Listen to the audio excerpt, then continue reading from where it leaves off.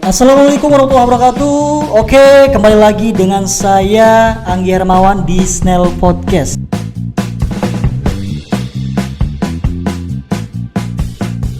Telah hadir di depan saya Abang Muhammad Fahmi Rian Nur. Oke. Gimana kabarnya, Bang? Alhamdulillah baik. Anggi gimana kabarnya? Alhamdulillah baik juga, Bang. Apa kesibukan Abang? Ya masih sih menjalankan usaha dan menjalankan profesi sebagai pengacara dan mediator.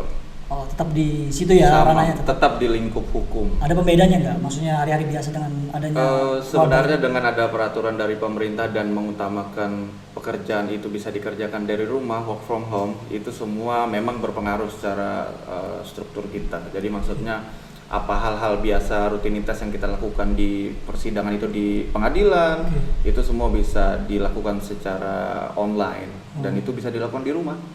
Intinya masih ada kesibukan ya, Bang ya. Oke, langsung saja Bang, saya mau nanyakan, Abang kan sebagai inisiator dengan adanya Snell Podcast dan ini adalah salah satu program terbaru yang ada di Kota Waringin Barat. Sejarahnya kenapa bisa kepikiran untuk membuat Snell Podcast ini apa? Oke, sebenarnya di sini dikatakan founder itu hanya sebatas orang yang mendirikan Snell Podcast ya. Jadi podcast ini sebenarnya sudah banyak sekali, baik itu di dunia ataupun di Indonesia, bahkan di Pangkalan Bun secara khususnya. Mungkin ada teman-teman yang sudah pernah menggunakan teknik podcast ini dalam menggali informasi. Tapi khusus terhadap Snell Podcast ini, dia berasal dari bahasa Swedia.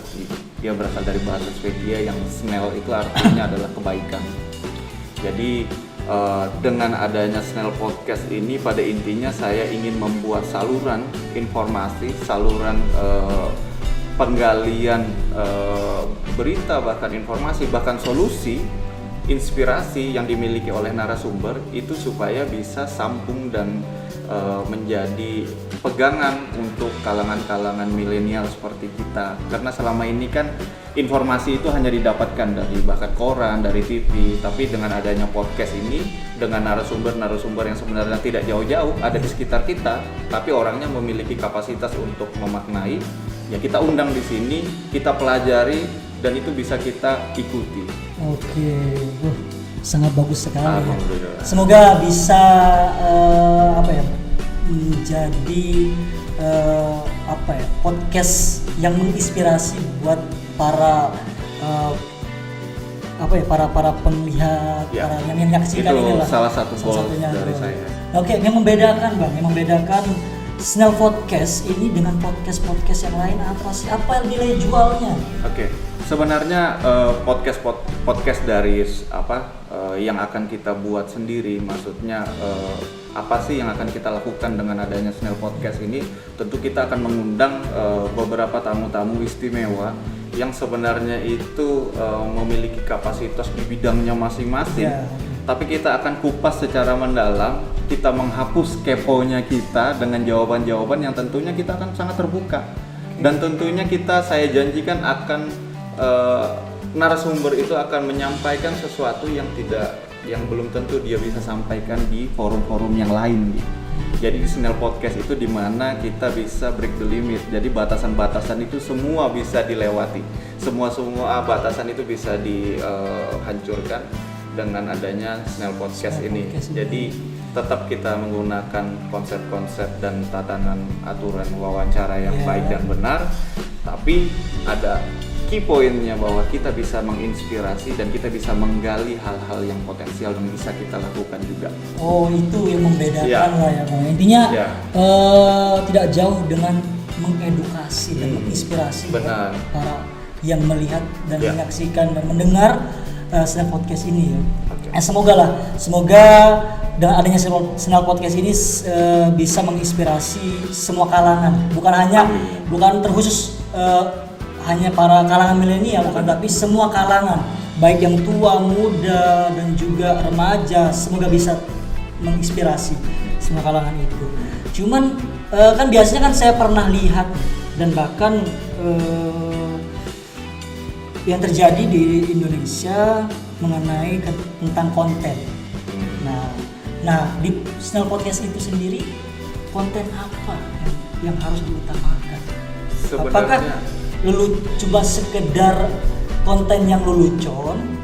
Tadi kan ada berkaitan tentang pemerintah. Nah, apakah memang fokusnya ke pemerintahan atau kita sebenarnya yang menjadi konten khusus kita adalah bagaimana konten kita ini bisa menarik. Isi dari menarik itu adalah yang pertama itu kita menghasilkan sebuah inspirasi buat kalangan yang mendengarnya.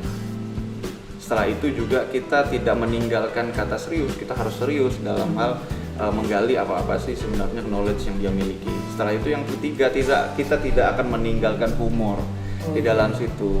Jadi supaya tidak kaku dan supaya memang tidak ada merasa ada batasan antara penanya dan yang ditanya narasumber ini, ya di situ kita pokoknya hapus segala batasannya. Pokoknya ya. Iya, semua konten itu pasti menarik. Silahkan, pokoknya dinikmati. Oke, langsung saja. Mungkin ada closing statement lah dari CEO sendiri selaku CEO ya. Dari Snell Podcast ini apa sih yang bisa menjual? Menjual. Sebenarnya Snell Podcast ini tadi sudah saya sampaikan merupakan saluran untuk kalangan muda untuk ayo kita gali informasi dan kita bisa jadikan inspirasi kehidupan kita. Nah, namun terlepas daripada itu semua, kita membutuh support dari teman-teman. Apabila ada kekurangan, silahkan untuk disampaikan kepada kita. Kita akan adopsi itu sehingga Snell Podcast ini benar-benar milik kita, ya, bukan milik saya secara pribadi. Oke, mulia banget. Oke, semoga dengan adanya Snell Podcast ini bisa diterima oleh semua kalangan khususnya dan sesuai dengan harapan Bang Pami sendiri ya.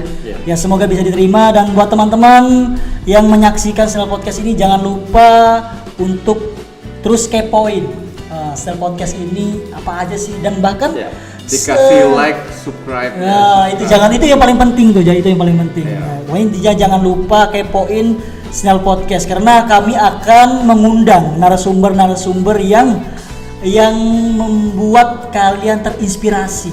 Begitu. Oke, mungkin cukup sekian. Terima kasih atas waktunya dan kesempatannya telah datang di Snell Podcast walaupun dengan keadaan puasa pada saat ini. Tapi puasa, alhamdulillah. Semoga belum ada batas. Oke, terima kasih. Dari saya, Akhirul Kalam, wassalamualaikum warahmatullahi wabarakatuh. Waalaikumsalam.